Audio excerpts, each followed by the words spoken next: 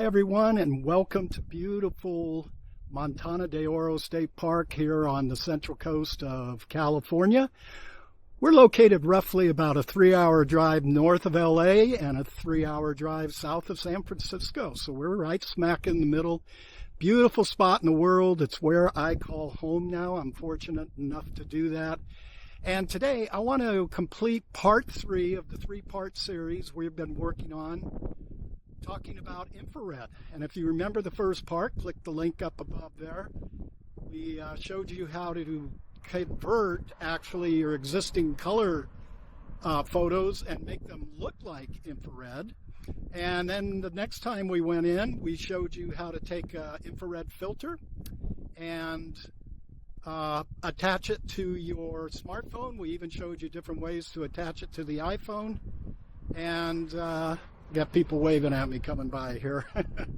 And today I want to actually show you guys how we're going to take a mirrorless 35mm camera, send it off to a couple companies, I'll list, and we can start shooting with our 35mm setup. And I'm going to talk about the different types of infrared you can do. But today we're working specifically on black and white. My favorite conversion is 720 nanometer. So let's get out by the coastline and we'll see what we So I found right off the bat a couple of 3-point bucks. There's actually 3 or 4 of them out here, but this is the clearest shot I'm getting of them right here. It's pretty cool.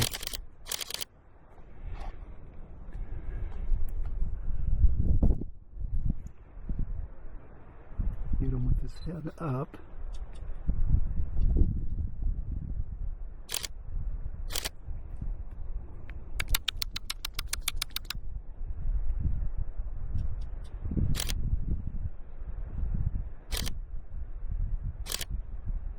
So I'm standing at a little lookout point here, and I'm going to point first of all.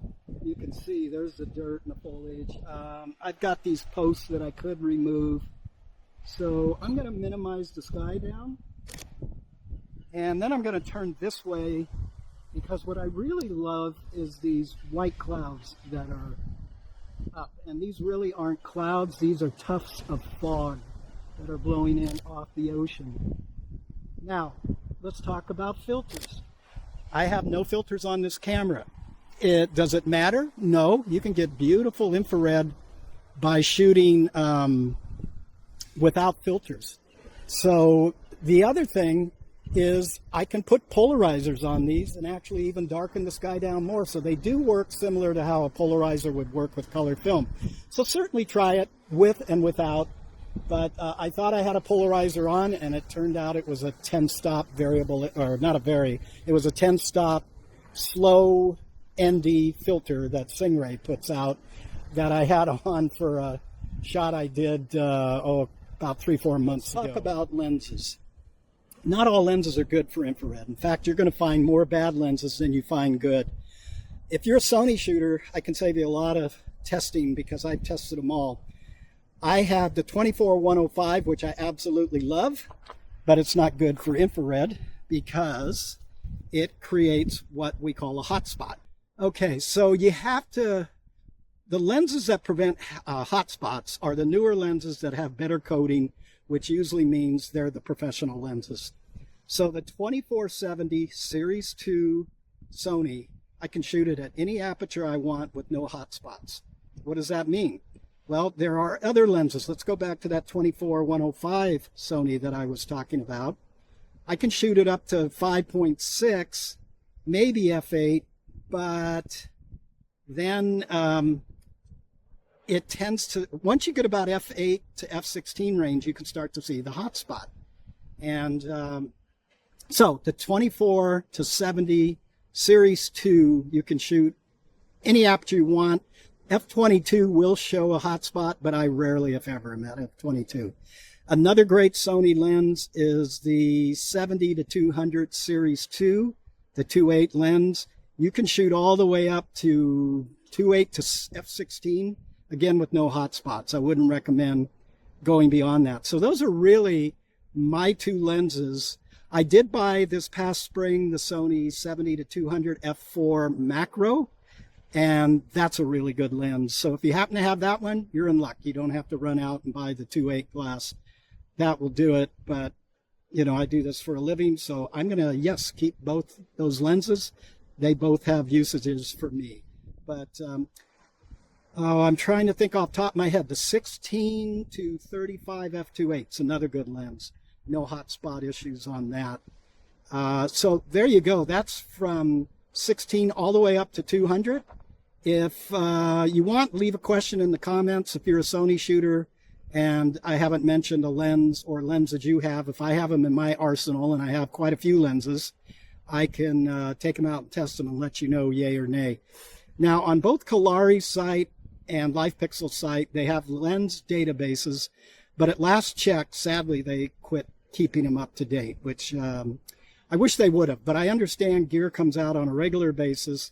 They have to either have the company send them those lenses, and I'm not so sure they would, because if they say, nope, this is a bad lens for infrared, that doesn't look too good for the lens company, does it? So I doubt that the companies send them the lenses, which would mean they'd have to rent them or know somebody that has them. But just write me, again, leave a comment below, and if it's a lens I have, I'll test it for you. But those are the three lenses I use all the time. And on this shoot today, I just have the 24-70 Series 2, and I have the 70-200 Series 2. So let's move along and see what we can find. So on this trail I'm walking in Montana de Oro State Park, it's called the Bluff Trail, and it's a gorgeous 2-mile walk out from either the north or south parking lot, and a 2-mile walk back, obviously. But I moved to this area about 4 years ago, and I'd have to say I have done probably well over 50% of my photography right out on this trail. We're lucky today because in the summer we're really prone for fog. That's our fog months out here on the West Coast. June, July, and August. And then by September, it starts to kind of cool. Well, it doesn't really cool down inland, but the water temperatures out here, I guess, heat up enough. I'm not a meteorologist, but I do know what creates the fog is the warmer air aloft being pulled in from our hotter places inland. And, excuse me, and as that warmer air passes over the colder ocean, which is probably this time of year, I'm guessing around 57 degrees, maybe 58 degrees, it condenses and we get fog. And we have it, I'm surprised it stayed away so much today. The next 3 days in the forecast is supposed to get really hot inland, like upwards in the high 90s, 100, and that's going to suck in the fog and keep us nice and cool here along the coast. But then we have gray overcast days, which I would switch back in and do color. And actually, speaking of fog, you've seen some pictures with the fog tufts that I've just done, but it's really pretty to shoot fog conditions and do long exposures because the fog moves and the water moves. So that's why I had a 10-stop Stingray filter on. I was doing something with the water on a local pier about 4 months ago. And so you can do a lot. Don't just think it's sunny weather shooting, and that's what I thought for the first 2 or 3 years I did infrared.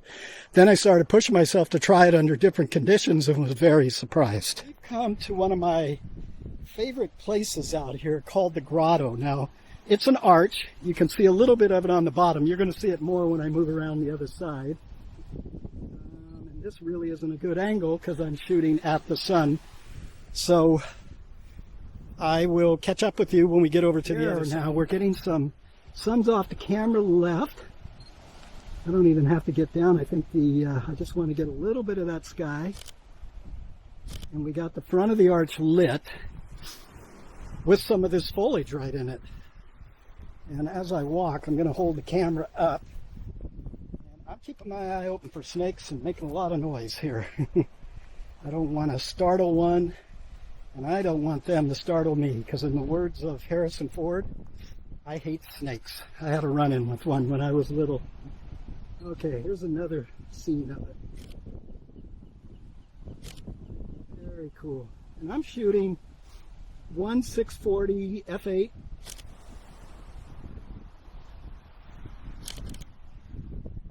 Not hydrating enough as I should, so I'm shaking a little bit more.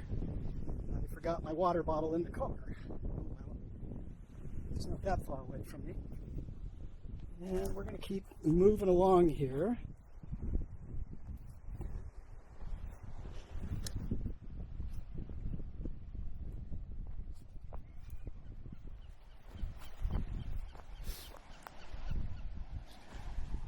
Okay.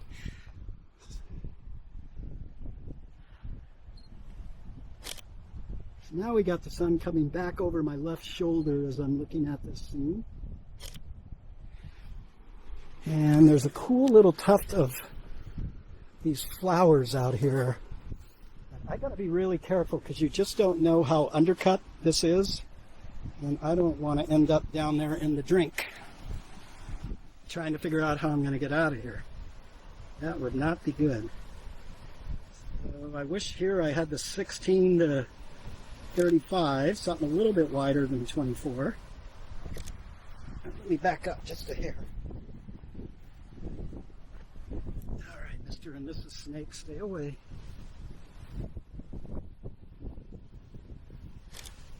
Let's go there. And there. Okay, this scene unfold as I was walking out. I want to grab it here while the light is still good. And I'm at F11, still 640. Now the auto ISO has put me out to 1,000, but that's fine. People, I think people get too hung up on noise nowadays. I don't, because Topaz Photo AI is just phenomenal. I'll shoot my Sony a7R5 at night at 12,800 if I have to. Or I'll shoot it on a windy day in the spring if I want to freeze flowers down and I got a 20, 30 mile an hour gust blowing. I'll go up to 1/2000th of a second at F11, F16, and those are some of the exposures you're going to get. By the way, before I forget, you can go to my website. URL is listed below, and you can click on the home page, look at the links on the left side, and you'll actually see discounts. And click in, and I have some discounts there. I no longer do with Topaz, unfortunately. I am still an ambassador for them, but a couple years ago they took away the codes, at least for me.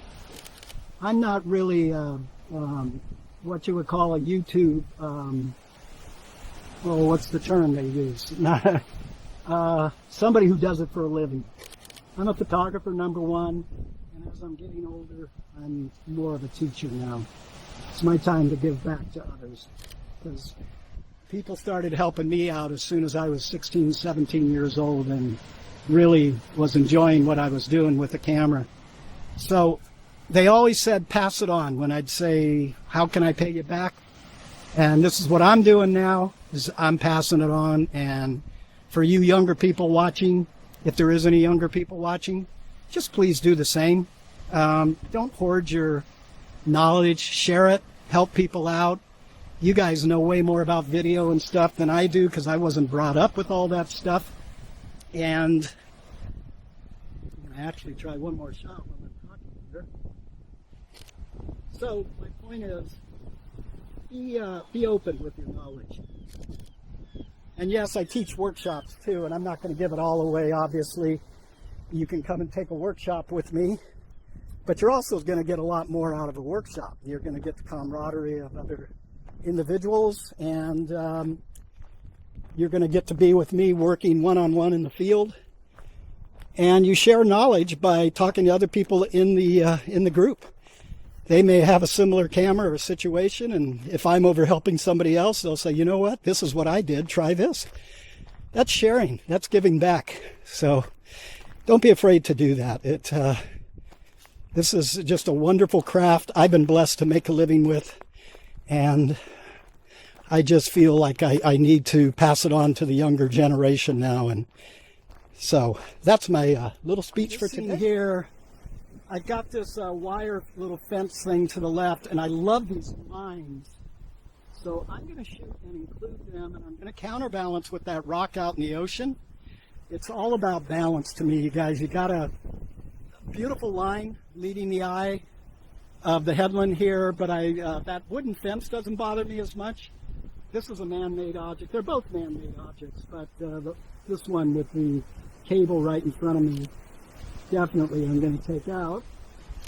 And I'm pointing at a direction that right below that peak is a house. I don't know if it's going to show up in this frame. And that's the start of what they call the PG&E, Pacific Gas and Electric, that owns the property out here that Diablo Canyon is situated on. And we've gone now to where we're probably about 4 miles to the nuclear power plant. So if it was to blow up right now, I'll see you guys later, or you'll never see this video, one of the two. I don't really worry about it. I'm all for nuclear power. So I was just hoping they were going to have the alternative power up by now, so I could look around while I'm talking, so I could just, they were talking about opening that whole area up out there is what I'm trying to say to the public, and we could drive up to the next beach over, which is called Avila Beach. Now I have to drive inland to San Luis Obispo, hop on Highway 1 and then hop off at 101 and then back around, and I could come into Avila Beach, where if my car was up at this parking lot right up above me here, I could be over to Avila Beach in 5 minutes. But going back the other way from here, it would take probably 40 minutes.